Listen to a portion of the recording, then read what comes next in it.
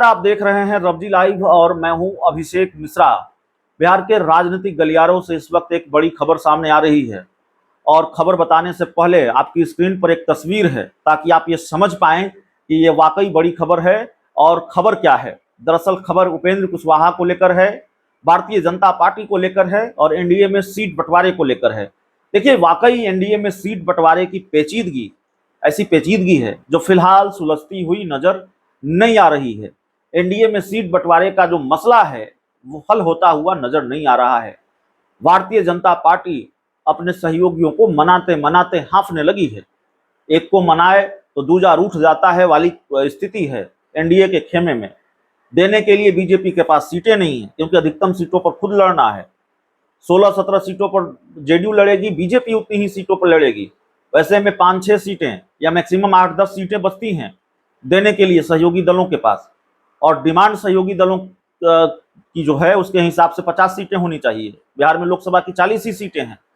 तो उपेंद्र कुशवाहा के बारे में कहा जा रहा था कि काराकाट सीट एक उनको मिलने जा रही है, एक ही सीट मिलने जा रही है।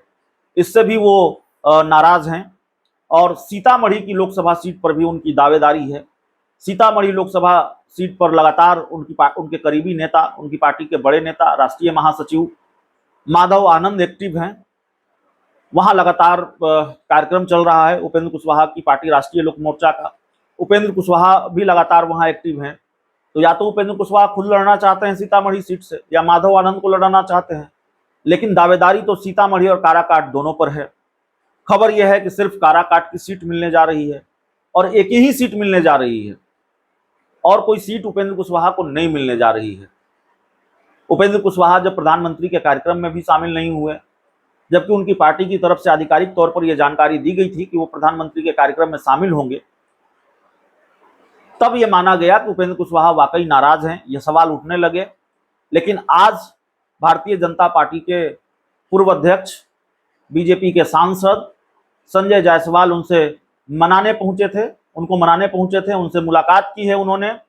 और उसके बाद उपेंद्र कुशवाहा ने कहा है कि भाई देखिए, संजय जायसवाल से तो हमारी मुलाकात होती रहती है, बात होती रहती है, और जाहिर तौर पर चुनाव का वक्त है तो बातचीत तो होगी ही, राजनीतिक बातचीत ही होगी।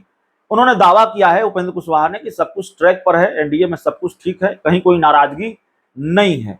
लेकिन वाकई कहीं कोई नाराजगी नहीं है। अगर नहीं है तो फिर मुलाकात क्यों और मनाने का सिलसिला क्यों, मनाने की कवायद क्यों? और मनाने ही पहुंचे थे उपेंद्र कुशवाहा, चाहे जो दावा करें।